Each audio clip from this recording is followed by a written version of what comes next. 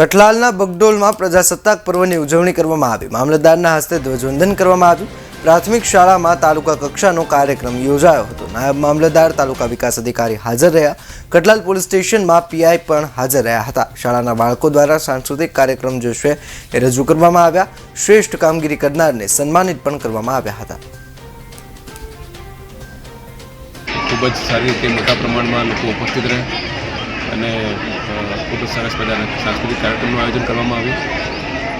બાળકો અને શિક્ષકોમાં જે ઉત્સાહભેર જે વાતાવરણ ઊભું કરવામાં આવ્યું છે તે શિક્ષણને ખૂબ જ લાભકારી નીવડશે।